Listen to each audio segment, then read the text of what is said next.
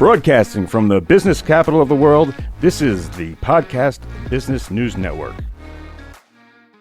All right, everybody, we are back. Thank you, Mr. Producer. I am joined by one of the most interesting hypnotherapists that I've had on the program. I'm talking about Debora Sartain, who is the owner at Hypnothinc, which we can see right there. Hey, Debora, how you doing? Doing great. How about yourself? Terrific. It's nice to have you.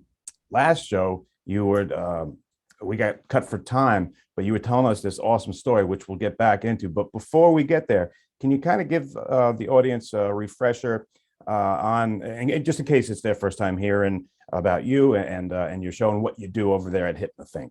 Okay. Well, I am a certified hypnotherapist. I've been practicing for over 40 years now.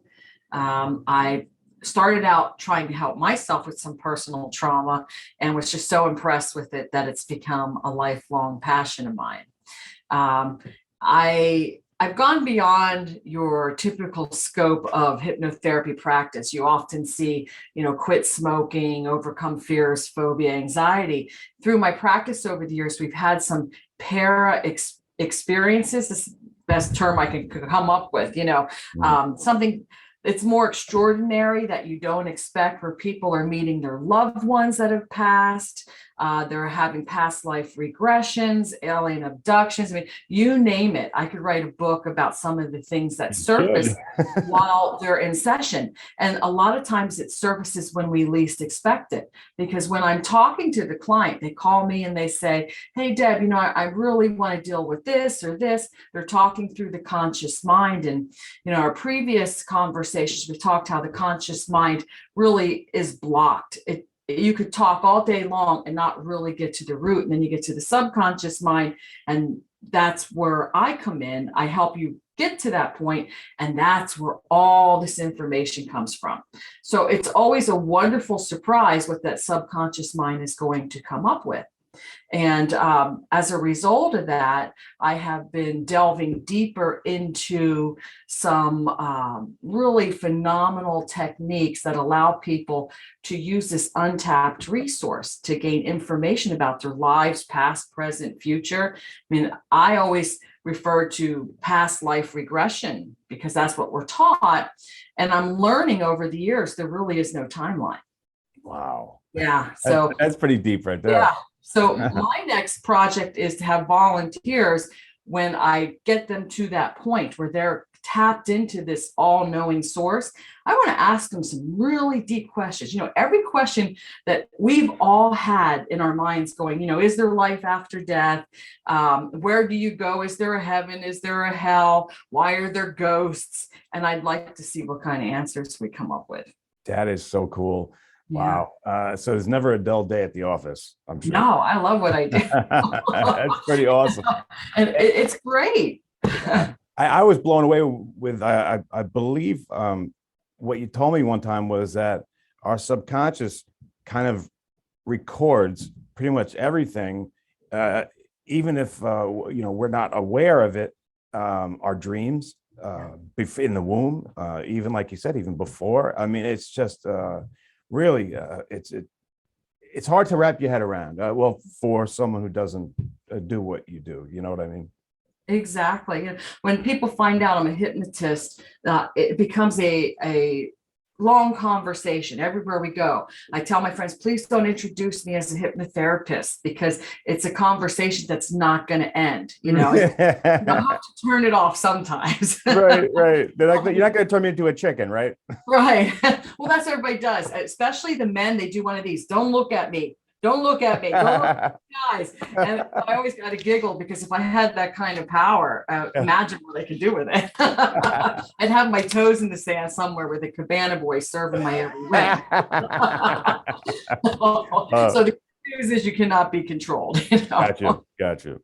Now, but what about that? I have heard that, like you always see in the movies where they swing that pendulum. I mean, is that a technique that why do we attach that technique? Is that a real thing? Do people get you to concentrate on something? Like, can you expand on that? Absolutely. We have forefathers that started this, Emerson, Mesmer, and they use the pocket watch as a technique to preoccupy the conscious mind. Okay. So you're physically and mentally paying attention, your eyes are watching, and that allows the subconscious mind to kind of drift away from the vault that your subconscious mind is. So the conscious mind takes a little break, and the subconscious mind we can access. So that's just one of as many techniques as you could possibly fathom. Gotcha. It's creative as you are, you can use some kind of preoccupation technique. And we do it every day naturally. How many times have you driven somewhere and you get to your destination, you realize you don't remember the last 10 minutes of the drive? Yeah. I guess we call it spacing out, kind of. Yeah. And you freak out because you think you're going to get in an accident. Like, how did I get here safe? Right. Yeah. The truth of the matter is when you become hypnotized. The mechanics of driving, paying attention to the road, your muscle memory, everything's engaged. So your conscious mind is out. And then your co-pilot, your subconscious mind, takes over. And the good news is you couldn't be in a safer position because you're using this part of the brain that can encompass 60 billion bits of data at any given time compared to this guy that can handle 7 to 10 chunks of data. Right. So Yeah. Wow. it happens all the time. So if I got it correct, and I think I finally just understood it, say I'm on like the highway and I got to get off on exit 57. And for some reason, I just passed 57, and then then all of a sudden around 60, I'm like, oh, I should have gotten off on 57. I have my wits about me, and I'm able to drive, but for some reason, I wasn't. I was just somewhere else. Is that what it feels like to be hypnotized? Yeah, you're not even aware of it. Right. It's just a very relaxed state. And many times when we pass that exit, it's because we've done it so many times before. It's muscle memory. How many times have we driven somewhere and I meant to go left today because I'm going left today, but 90% of the time I go right. Mm-hmm. That's just muscle memory. Yeah. And you're in that relaxed state. You do what comes natural. Understood. So, Yeah. So I think I got a good picture of it. Now, how long does it take you to hypnotize somebody, for them to be, as they say, under? Is that a real term? To be under? Yeah. Okay. Yeah, even though we're not under anything. Right. Really. Yeah. Some people, it could be a matter of seconds. So it depends on your experience with hypnosis. It depends on your suggestibility. It depends on your willingness, your openness. I often have, it's the big burly guys, the macho guys that say, oh, there's no way you're going to be able to hypnotize me. And those are the ones that fall the hardest. Really? I mean, they just down, boom, like a big tree in the woods. And I always giggle because it's always the ones that fight me that say it's not going to happen to me. And if I do a group setting, I'm somewhere out in public, maybe at a festival, and there could be a group over here has nothing to do with what I'm doing. They're not even paying attention to me. And inevitably, there's always a few people in that group who start responding to my commands. So when I'm done doing whatever I do, no matter where I'm at, I have to put in other commands at the end of the show to say, these effects will no longer affect you, and also if people make fun of you, it's okay. You're not upset. You had a good time and you no longer be affected by this or that because it happens. That's how effective it is. That's so cool. Just for what kind of, when you say commands, what can you give me an example of what people would respond to, like people who are not even right in front of you and taking part of it, but you say they react to your commands. What's some of the examples? Well, like when I'm being silly, I have men come up on stage and act like they're giving birth, word, or I have people who are shy, like for a dating game. I'll say, the first person that you see in the audience that you find appealing, I want you to go up to them and have the confidence of Brad Pitt. You think you're Brad Pitt, and as soon as you hear the word Brad or, and then they just saunter up there like, hey, baby, So we don't want them going home every time they hear, the name Brad turning into that individual. Right. Wow. So you do a bunch of these would be, group events. Are you still will you do those? I guess you maybe like festivals, like you said. Do you still do the group ones, or are you more into your research now, or do you do both? I do a little bit of both now. With the advent of COVID, a lot of the public performances have stopped. Okay. I used to work out of many centers as a guest. I'd go there Right. and have group settings and what have you. Right now, I'm primarily just doing everything online virtually, which is great because I can reach anyone, anywhere in the world. Yeah. We're not limited by miles anymore. And I did this before people were doing it. Back in the late 80s, early 90s, I had cancer patients who were just too sick to come to the office. Wow. So I said, just put a webcam on it. If I can see you and you can hear me, we can do this. Wow. And I helped a lot of people, in the oncology department over at Penn State.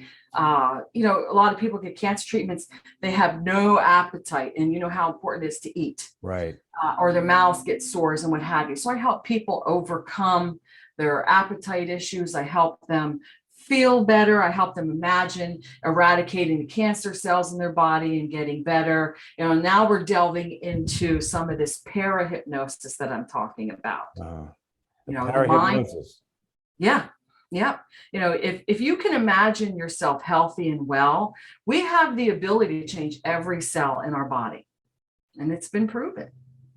With just how we're thinking? Yeah. I can take you on a roadmap, say you have pancreatic cancer, I can train you to envision those cancer cells being eradicated and replaced with healthy cells. And you begin to feel better. Because when you go for treatment, they tell you you're sick and you're probably going to die, right? Yeah. What a power of suggestion. So you believe the doctors, and that's all that's in your head. That's all you think about now for the rest of your life. I'm sick, I have cancer, and I'm going to fight like heck not to die. But those very thoughts is what's creating your death, if that makes any sense. Wow. So, yeah. Well, so now what if, just going on that, and you say how our thoughts have the power to change. What if you got blood work done and it says that you have like lupus or something? I don't know if that's yeah. Can your thoughts change something like that? Where on paper the blood work says you have lupus. If you can do that, can your thoughts knock that out? Yeah, you can heal yourself. It's been proven over and over. There's so many books on this, people writing their life stories, how they've overcome cancer. Susan Day, who was one of the chief oncologists in San Diego. Now we're going back 20 plus years. Okay. She had a tumor on her shoulder up here the size of a fist. And she refused to get chemo. She said, I'm going to change my mind. I'm going to change my life. I'm going to de-stress. I'm going to change my diet. And the very first thing that she said is, I'm going to change my mind, my thoughts, the way that I think, the way that I react. And she became a more positive, proactive thinker and thought healthy thoughts. And she really put in her mind that she's going to survive. And not only is she going to survive, but she's going to excel. And she took pictures, and slowly, within a couple months' time, this big tumor, it just disappeared. Wow. And this is a medical professional. Yeah. I have videotape of in the East, Reiki practitioners. I don't know if you're familiar with Reiki, but it's kind of like a healing of the hands. Yeah, with the chakras and all energy. that. Yeah. And there, when you're in the hospital, they have the surgery room and you can look over and observe the surgeries. So they had 3 Reiki practitioners, and they had a camera in this woman's abdomen. She was riddled with cancer. And she believed so powerfully in those Reiki practitioners, within a matter of 2 minutes, and I have this on tape, you see these cancer cells start popping and evaporating and disappearing. And she was cancer-free at the end of a 3-minute Reiki session. Oh my God. Now, was it the healers, or was it her ability to say, I'm going to allow them to heal me? I would assume. Right? It was So it's a combination, I would say. I'd like to give them all a little credit. Right. Okay. That's how powerful our minds are. That's incredible. Yeah. Wow. So I could keep going, and all right, I got to ask this, but I hope I'm not being a dead horse. But what about a broken bone? The thing is broken, Yeah. and that's the reality. But I guess maybe to heal faster, or Yeah. that's where we go. I would like to say, in my experience, you need a doctor to heal a bone, right? Unless you know how to set a bone yourself. I'm not saying it's not possible, but I'm a realist and maybe I still have more on my journey to discover to be able to do that. I'm not going to heal any broken bones for anybody. Seek medical advice. Right, I got you. Yeah, I'm not a therapist. A lot of people mistake me as a therapist. And when they want to get together and they want to talk about their problems. And you see right there, talk about your problems is creating more problems. Because what you pay attention to, you become. So I let them talk for a little bit. I ask them questions, and then I start to change the way they think. That's the whole part of the process. So they're no longer concentrating on the problem. They're looking at the light at the end of the tunnel. What's the end result that you want? That's what I want you to concentrate on. So, back to the broken bone, imagine you're healed. And perhaps the hypnosis won't heal that broken bone, but it will help heal it much faster. And you may not have the late effects that somebody else would have if they didn't use that positive thinking. You may limp for the rest of your life. When it rains, you have an ache or a pain. And someone who used hypnosis may not have those effects. And here's a wonderful case in point. I had clients that I would go into surgery with, and boy, was that an eye-opening experience for me to see, abdomens ripped open, chest ripped open. I'm standing right there, and I was like, okay, I can do this. Okay. And I'm talking hypnosis to them the entire time. You're healing, you're healthy, you're surviving. This is a good thing, and the doctor's feedback to me is all my clients that have used you have healed significantly faster and better. So there's something to it. Yeah, I would say so. And the anesthesiologist goes, they're not going to be able to hear you. They don't understand you. I said, you'd be amazed what they can hear when they're under. That's wow. A lot of doctors will say, oh man, this one's a goner. And they don't realize that the patient can hear them. That's a powerful suggestion. So is that patient more likely to survive or not? I would say no if they're getting negative feedback from the doctor. Wow. The doctors don't realize what we can hear on a subconscious level. Miss Producer, do we have, I'm sorry? Do I have time I have to wrap up? No, I should, you know what? I don't think we can get to Jericho. We can? Okay. So let's talk, if you can kind of give us a little refresher about the Jericho story, which was really, really interesting and neat. So let me hand it over to you. Okay. Jericho is a client of mine. Many years ago came to me. He was having relationship issues and he had met someone he really wanted to get married, but he couldn't understand why his relationships failed. And when I regressed him, he regressed back to a 4-year-old little boy who had an imaginary friend. That's what everybody told him, but it was an angel named Jericho. And he spoke to Jericho. And in that revelation, he realized he watched his father abuse his mother. He watched his grandfather abuse his grandmother. And Jericho is the protector of children.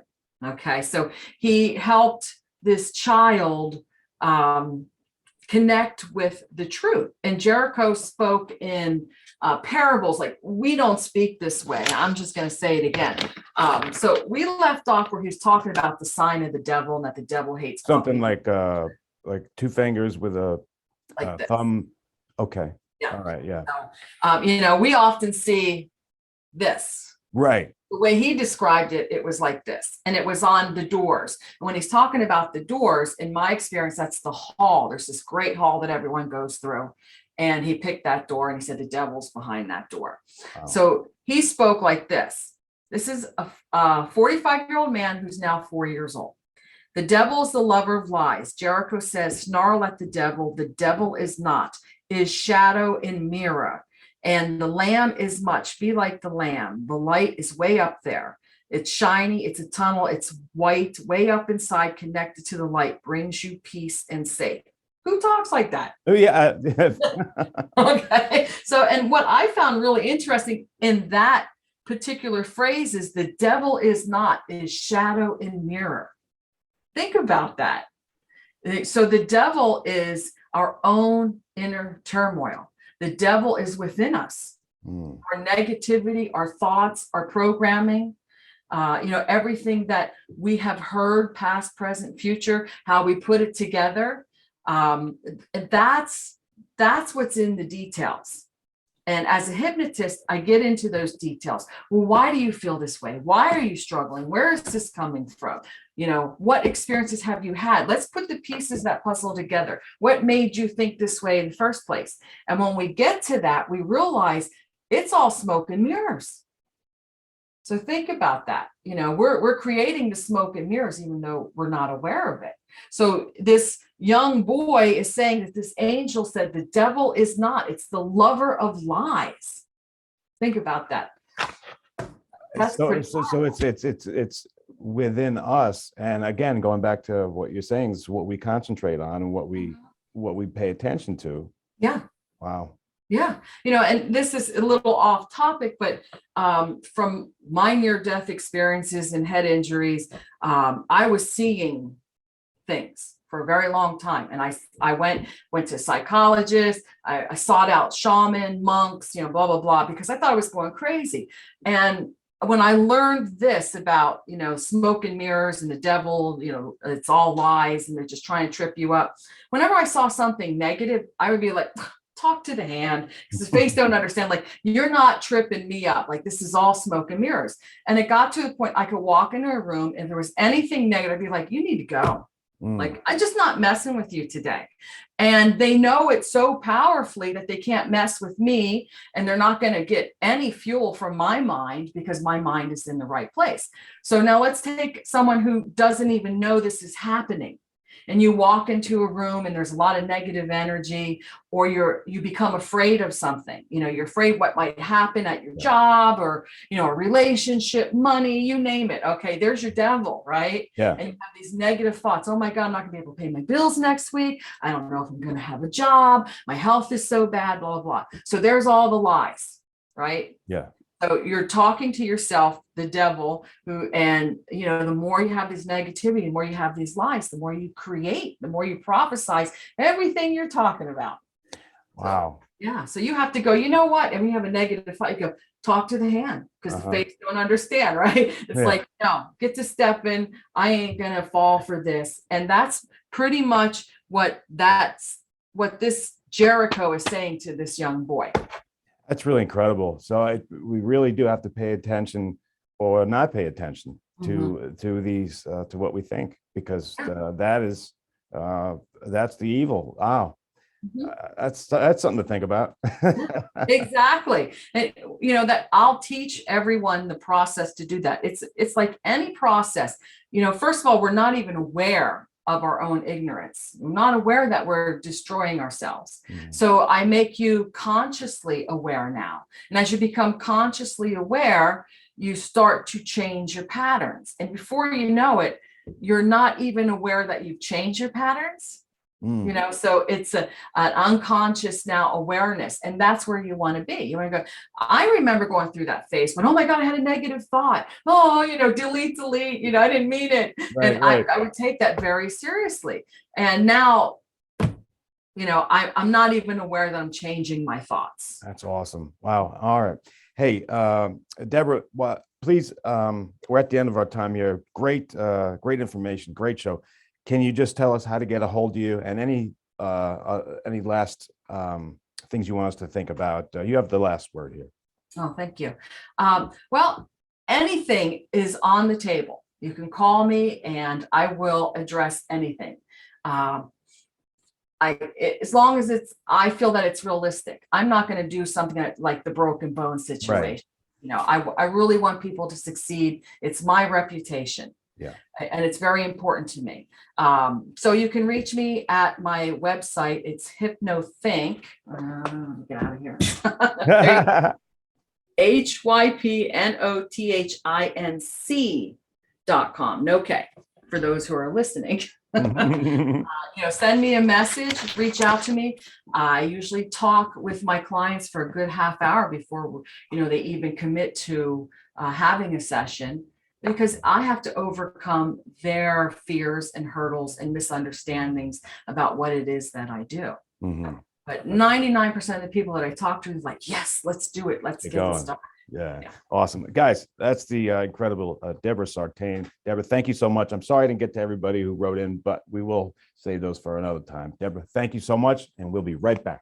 Are you looking for even more of the podcasts and hosts that you love? The Podcast Business News Network is proud to announce that you now have even more ways to listen live. Check out the MyTuner Radio, online radio box, and Simple Radio apps on iOS and Android, or find us online. Search for Business News Network on mytuner-radio.com, or search Podcast Business News Network on streama.com and onlineradiobox.com/US. Take your podcast on the go and don't miss a minute of the action.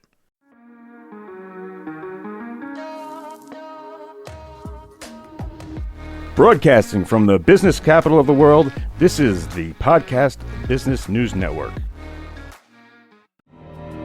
For nearly 2,000 severely injured veterans, everyday life has become filled with barriers. Day-to-day simple tasks can become pretty daunting. I have to carry my chair up 2 flights of steps or have somebody do it for me. What scares me the most is just the falling.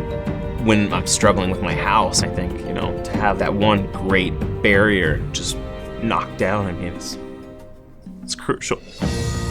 Home for Our Troops is a wonderful nonprofit that builds a Mortgage-free, fully adaptive, handicap-accessible house. And there's no catch. It'll be our very first home that we've ever owned. This is a game changer. This is where your life begins again. We need you to join us in completing this important mission. Please visit hfotusa.org and help build homes and rebuild lives. Because of you, everything's going to be okay.